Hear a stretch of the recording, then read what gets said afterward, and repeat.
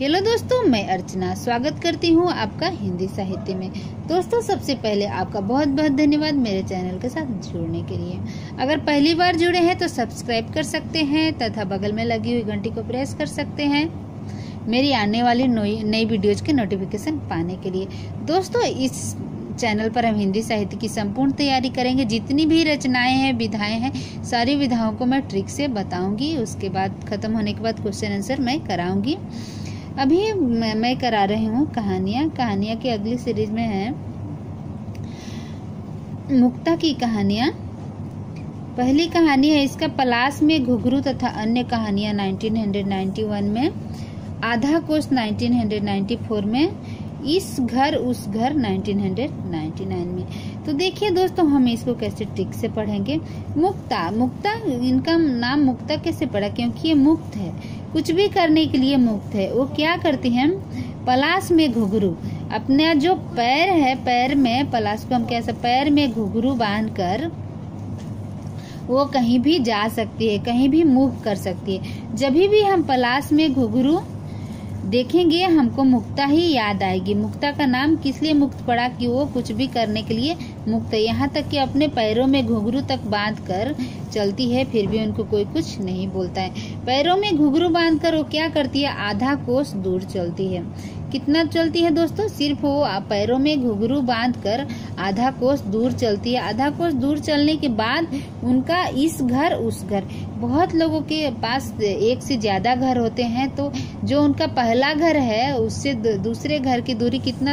आधा कोस ही है दोस्तों। जब वो अपने पैरों में घुघरू बांधकर आधा कोस चलती है तो उनका दूसरा घर मिल जाता है। तो हुआ इस घर का उस घर हुआ ना दोस्तों। इस घर से पहले वाले घर से दूसरे घर में चली गई, तो ये हुआ ना इस घर उस घर। तो सभी लोग क्या बोलते हैं? तुम तो पैरों में घुघरू बांधकर इस घर उस घर करते रहती हो। नेक्स्ट कहानीकार है दोस्तों कमल कुमार। इनकी पहली कहानी है पहचान 1984, दूसरी है क्रमशः 1996 और तीसरी है वैलेंटाइन डे 2002। तो देखिए दोस्तों, इसको हम कैसे याद करेंगे। कमल कुमार की क्या पहचान है? कि वो हमेशा कमल लेकर साथ चलते हैं। किसी किसी की आदत होती है ना दोस्तों, कोई टोपी पहन के चलता है तो कोई कलम लेके चलता है। अपनी पहचान बनाने के लिए लोग अजीबोगरीब हरकतें करते हैं।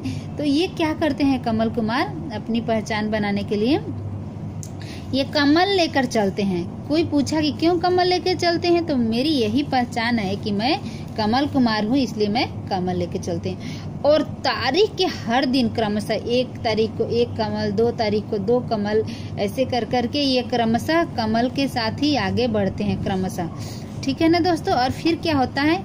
वैलेंटाइन डे तक वो कमल लेकर चलते रहते हैं। वैलेंटाइन डे में भी वो सबको कमल ही देते हैं। ऐसा बोला जाता है वैलेंटाइन डे में आदमी जिसको प्रेम करता है उसको गुलाब देता है, लेकिन ये वैलेंटाइन डे के में भी ये कमल ही देते हैं दूसरों को, जिसको वो प्यार करते हैं। नेक्स्ट कहानीकार है दोस्तों वीरेंद्र मेहंदी रता। इनकी कहानी है शिमला की क्रीम, दूसरी है मिट्टी पर नंगे पांव और तीसरा है मातम। तो वीरेंद्र मेहंदी रता वीर कैसे हो गए? वीरेंद्र कैसे हो गए?